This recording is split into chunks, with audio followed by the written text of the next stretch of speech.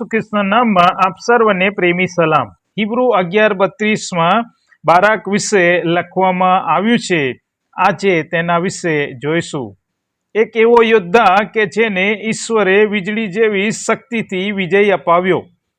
બારાકના નામનો અર્થ થાય છે વીજળી અથવા ચમક, જે પ્રતીક છે કે ઈશ્વર જ્યારે કાર્ય કરે છે ત્યારે તે વીજળી જેવી ઝડપ અને શક્તિથી કાર્ય કરે છે. તે પ્રકાશ અને વિજયનું પ્રતીક છે. ન્યાયાધીશોનું પુસ્તક તેના 4થા અધ્યાયમાં લખ્યું છે તે પ્રમાણે પ્રથમ 3 કલમની અંદર ઇસરાયેલી લોકો ફરીથી જીવતા ઈશ્વરનો ત્યાગ કરી પાપો કરવા લાગ્યા.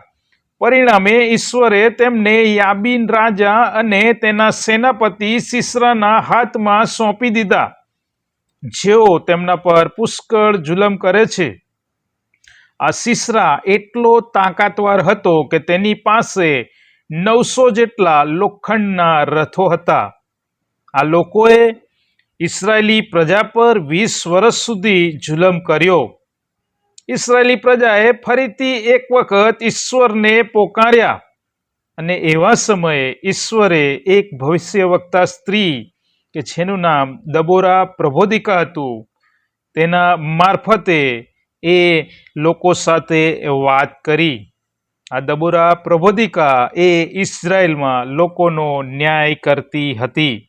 ત્યાં 4થા અધ્યાયની 6 અને 7 કલમમાં લખ્યું છે તે પ્રમાણે દબોરાએ ઈશ્વરે બતાવ્યા પ્રમાણે બાલાકને બોલાવીને કહ્યું, ઇસરાયેલના ઈશ્વર યહોવાએ શું તને એવી આજ્ઞા આપી નથી કે તું તાબોર પર્વતની પાસે ચાલ્યો જા ને નપ્તાલી પુત્રોમાંથી તથા ઝબુલોન પુત્રોમાંથી 10,000 પુત્રોને તારી સાથે લે અને યાબીનની ફૌજના સેનાપતિ સિસરાને તેના રથો તથા સૈન્ય સહિત હું તારી પાસે કિશોન નદીને કાંઠે લાવીશ અને હું તેને તારા હાથમાં સોંપી દઈશ. દબોરા પ્રબોધિકા મારફતે બારાકને ઈશ્વરનો સંદેશ મળ્યો, પણ શરૂઆતમાં તેણે થોડી શંકા કરી અને દબોરા પ્રબોધિકાને કહ્યું, તું મારી સાથે આવે તો હું જઈશ. અને દબોરા પ્રબોધિકાએ કહ્યું, હું તારી સાથે જઈશ, પરંતુ વિજયનું સન્માન તારા હાથે નહીં પણ એક સ્ત્રીના હાથે થશે. અહીં ઈશ્વરે બારાકે થોડી શંકા કરી માટે તેને એવું બતાવ્યું કે વિજય તારો નહીં પણ મારો છે.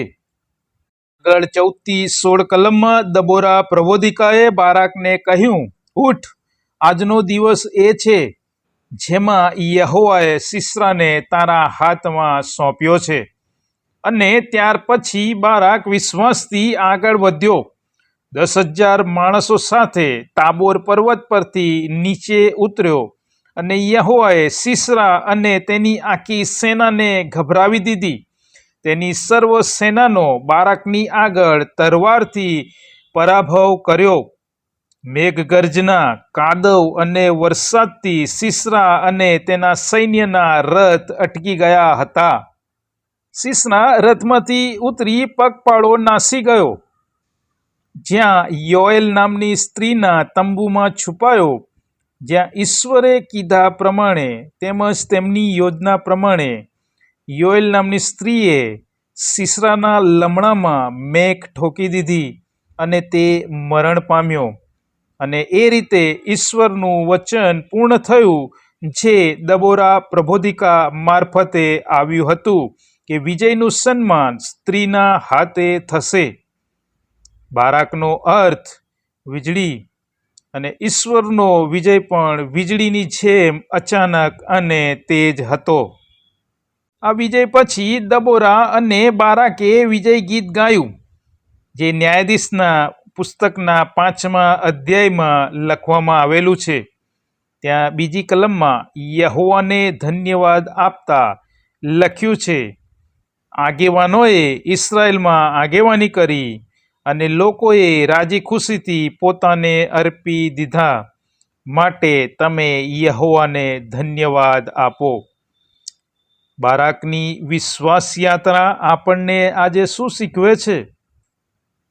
આપણી નબળાઈમાં પણ ઈશ્વર કાર્ય કરે છે.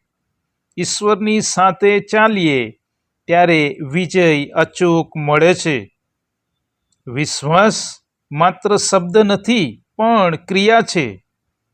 બારાક શરૂઆતમાં સંકોચ પામ્યો, એણે શંકા કરી, પરંતુ પછીથી તેણે ઈશ્વરના શબ્દ પર ભરોસો કરી અને તેમના કીધા પ્રમાણે, તેમની આજ્ઞા પ્રમાણે ચાલ્યો અને તેના નામના અર્થ પ્રમાણે વીજળી જેવી શક્તિથી વિજયી બન્યો. ઈશ્વર આજે પણ એવા વિશ્વાસીઓને શોધે છે જેઓ બારાક જેવી વીજળીની જેમ ઈશ્વરના આદેશ પર ચાલે, ઈશ્વરની આજ્ઞાનું પાલન કરે. આજે આપણને ઈશ્વર બોલાવે ત્યારે આપણે વિલંબ કરવો જોઈએ નહીં. આપણે પણ વીજળીની જેમ ઈશ્વરની પાસે જવું જોઈએ અને ઈશ્વરના આદેશનું પાલન કરવું જોઈએ. કારણ કે વિજય તો ઈશ્વરનો નક્કી છે જ. ગમે તે યુદ્ધ હોય, ઈશ્વરનો વિજય નક્કી છે જ. તો હું શા માટે એ વિજયનો ભાગીદાર ન બનું? બારાકની જેમ શરૂઆતમાં થોડી શંકા, પણ પછીથી જબરજસ્ત વિશ્વાસ તેના જીવનમાં જોવા મળે છે, જે આપણને પણ શીખવે છે કે જો પરમેશ્વરના વિજયમાં મારે સામેલ થવું છે તો મારે બારાકની જેમ, વીજળીની જેમ ઈશ્વરની આજ્ઞાનું પાલન કરવું પડશે. પ્રભુ આ બાબતો સમજવા આપણ સર્વની સહાય કરો. આમેન.